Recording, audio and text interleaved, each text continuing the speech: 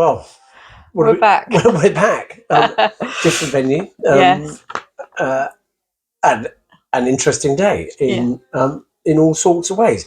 So, what are we going to talk about today? We're going to go completely off-piste, aren't we? Well, we're not completely off-piste because a little bit off-piste. We're talking a bit more about the macro environment today and the evolving landscape of private equity and its impact on finance and procurement teams. That is truly off-piste, but we'll be fine. And you'll see why we're going to talk about it in just a minute. Yeah. Right. So, I suppose, well, where are we going to kick this off? Well, let's maybe think about, private equity houses and portfolio companies are facing a host of challenging times in 2024. The M&A activity has been down. Yeah. There isn't as much buying and selling of companies at the moment, and the number of IPOs are kind of down as well. So let's break it down into some key trends that certainly some of the research and the polls are showing, and then therefore what it means to finance and procurement teams. So, Richard, let's start with the changing exit landscape. Right. So we obviously got this sort of question over when the next UK general election will be, and I don't really keep my tabs on the US elections, but I know the US presidential elections are sort of in the offing and may have some ramifications for when people decide to buy or sell companies, because of the uncertainty around changes in government. I mean, we saw it. Was it last year or the year before? I forget. With the Liz Truss coming in, didn't we? And the lettuce cam. Do you remember how all that upheaval sort of caused the markets to go? So from your perspective, then, what do you think the ramifications are on IPO planning and exit timing? Right. Anybody who knows me who's watching this is going to be thinking, Richard, you know zero about this. You don't do M&A. You read the news. Well, that's going to be the point. So, yeah, you're right. I don't know anything about this. I know only as much as I read on open sources. But why do I pay attention? Well, look, like you, there's a degree of what I do is in consultancy, and there's a degree of what I do in training, and I do a little bit of support and transformation, just like you do.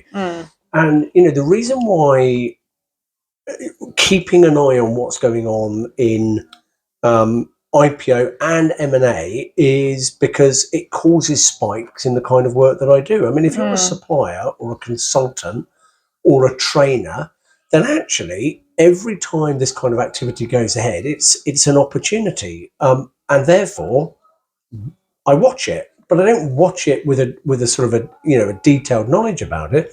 I watch it because I think, okay, where am I going to go and look for an opportunity in my line of business? And to be honest, I don't go any deeper. You can go to any of the sort of big four, accountancy providers. You can go to the consulting houses. I mean, I think you mentioned a BDO report. Yeah. It's open source, so you can go and read it. And, what was the key message? The key message is, actually, there's not a lot going on at the moment. It is being depressed, not just by economics, but because of imminent elections. Expectation is Q3 onwards, it might start to pick up.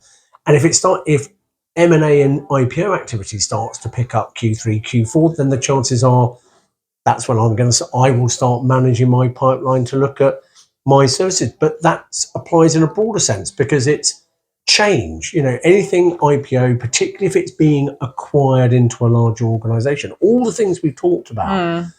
Master data models, integrating function. I mean, all of that spikes when that kind of activity takes place. So, look, I'm not an expert, so you can call my bluff quite happily. Yeah. But I watch it enough to understand. And what it might mean. In simplistic terms, you can think, well, if you're thinking about finance and procurement teams, if M&A activity picks up in the end of this year, then that's going to be more integrations and more carve-outs. Well, I mean, look, I'll give you a practical example. I mean, when was it? 2014. I went as Chief Commercial Officer of Co-op Bank, right? And why did I go to Co-op Bank? I went to Co-op Bank because Co-op was part acquired by private equity. It had problems with, Black Hole after Britannia accounting. It's all public knowledge. So it was exited Co-op Group. So what did that mean? It meant, I went into the procurement and the real estate function, and they were losing access to everything, contracts, systems, people that had previously been part of group. So how does an organisation like that set up and get going when it's being carved out by, as a result of acquisition or divestment? Well, it was a huge opportunity, and it was chaos. And, the kind of things, that we're going to talk about today in opportunities for tech, opportunities for people, talent management, transformation is enormous. And actually, whether you're inside it and doing it, it's exciting. But if you're outside and you operate in any of those sort of services to help a company, also a great opportunity. So it is worth just watching, even if, frankly, you're not an expert on it. Yes, exactly. All right. So we've mentioned tech. Yeah. So actually, I'll ask you the question, for many years, tech sector has been a source of excitement in this area. And I suppose, what is it that you think it is about, tech investments and changes in, tech organisations, both IPO, that actually is? Yeah. I mean, the tech sector has long been a very attractive sector for private equity and even for IPOs. And in the past, if you think back, there's even been some sort of bubbles in the tech sector. Remember the whole lastminute.com saga, how it had the sort of flotation and then it sort of got really overvalued. But the tech sector has always been seen as very attractive by investors, just because companies are increasingly look to digitalize their solutions, their platforms, and even in downturn, companies are looking to make the customer journey a better digital experience.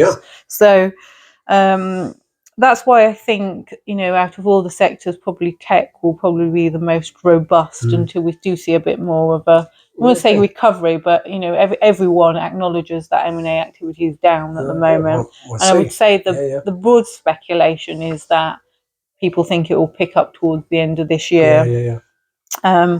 So shifting gears, if we think, okay, so let's say you work for a large corporate, and let's say at the moment, I know some procurement and finance teams. I do think it's difficult to get really good people. And that's now when perhaps the market may be not quite as buoyant as it has been in the past. But let's assume that M&A activity and finance transformation and procurement transformation projects pick up more towards the end of this year. What do you think that means for talent management? Because obviously, it's not that great now, but probably we can expect even more demand for talent towards. So that could even mean that salary rises go up towards the end of the year as people fight for more talent. Well, absolutely. I mean, look, we're actually going to be doing a coffee break about talent management in the near future. And this morning, look, here we go, shameless plug. I was speaking as a guest of Lenovo at CRN Sustainability Conference. Talent came up there. Why did it come up? It came up because there is competition for the best talent. And funnily enough, if you're in the process of, any kind of either acquisition or divestment, you want good people to do it. And, I think the tech sector is an interesting point, because if you look at the markers where people are being really selective about the kind of opportunities to go for, I'm talking about talented people who will deliver transformation, whether as a consultant or as an interim or as an employee. Tech sector in companies that are building great reputations in, sustainability, in, how they're supporting human rights.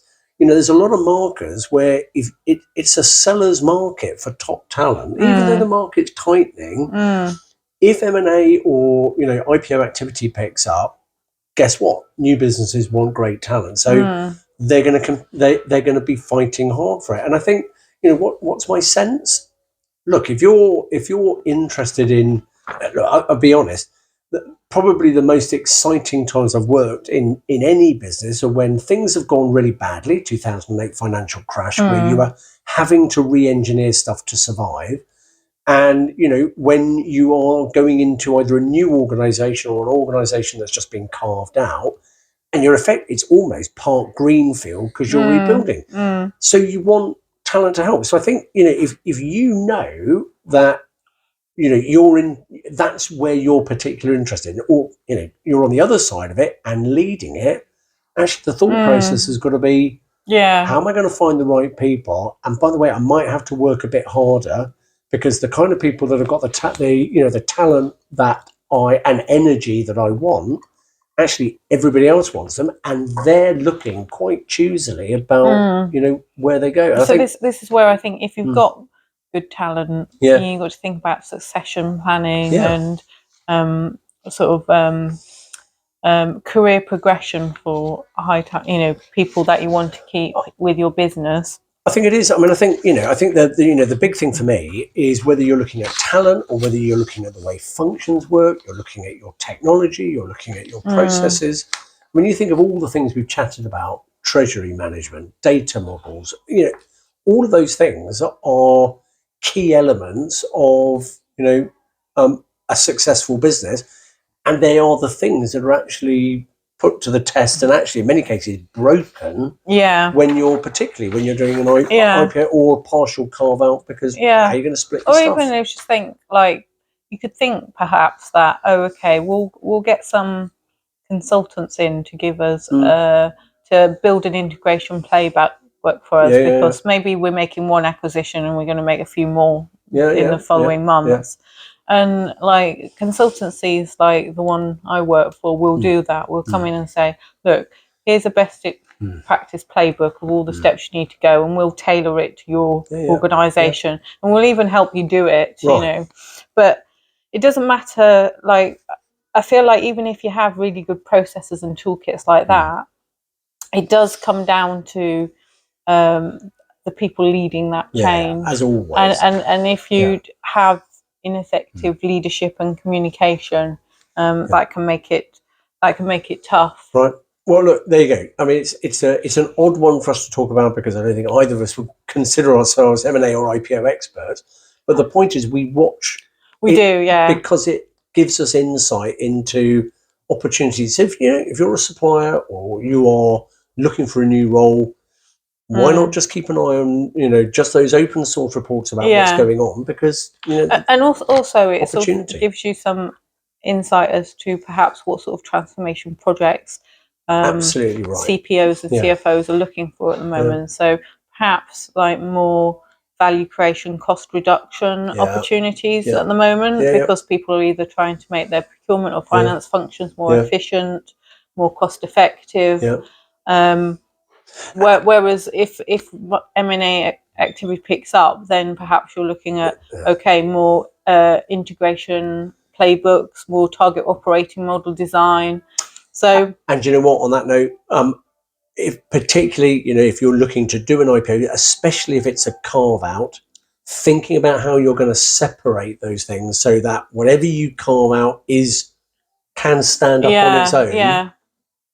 Get some advice early, because so there we go. Look, interesting angle. We both watch it, if slightly loosely. But it tells a lot about what's going on, you know, and it gives insight into opportunities. So worth having a look, even if you've never thought about it. So as we wrap up, I guess let's think about what main advice we'd give to PE houses and portfolio companies navigating the challenges of 2024.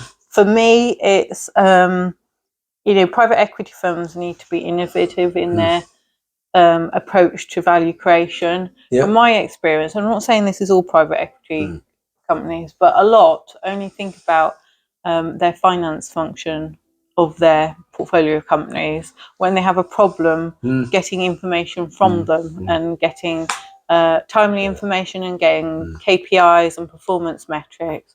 But But really, once you've made an acquisition, really you want to know straight away, in as detailed as possible, how effectively that finance function is operating. And if it's not, if it's, let's say you start looking at it and think, well, it's taking them 2 weeks to close, the information's not that great, the cost of the finance function is like maybe 3.5–4% of revenue. These are all flags that say this finance function is not operating effectively. And so what I would recommend is you either get help with specialists like me, or look yourselves at how is your finance function operating, because if you don't do anything about it and then you exit, let's say when the market picks up, essentially you will leave value on the table by not addressing these gaps in the operating model. Yeah. And do you know what? Just to add my tiny little insight, true BBC style, other functions are available. So look, finance is a key one, but do you know what? This applies just as much to procurement and others. You know, we're further down the food chain, but actually thinking about how you are going to transform and enable any function as part of that that activity. And as we said, where are you going to get the people to go and execute effectively for you? And you know, this is one of the things where you've got to be honest and say, you know, get external advice who've been through it before. That idea of a playbook but experience is going to be helpful. So there we go. Yeah. All right. Yep. So that's it for this time. I think we're talking about talent management next. Okay, back on safer ground for me. But you know what? It's always great to talk about something which you think is totally unrelated, but actually isn't. And you know, like I said, go take a look. You might be surprised what you see, and then, you know, for anybody, ask yourself, okay, well, what does that mean for my business? Is there an opportunity to go and help? See you next time. Have fun. Bye bye. Bye bye.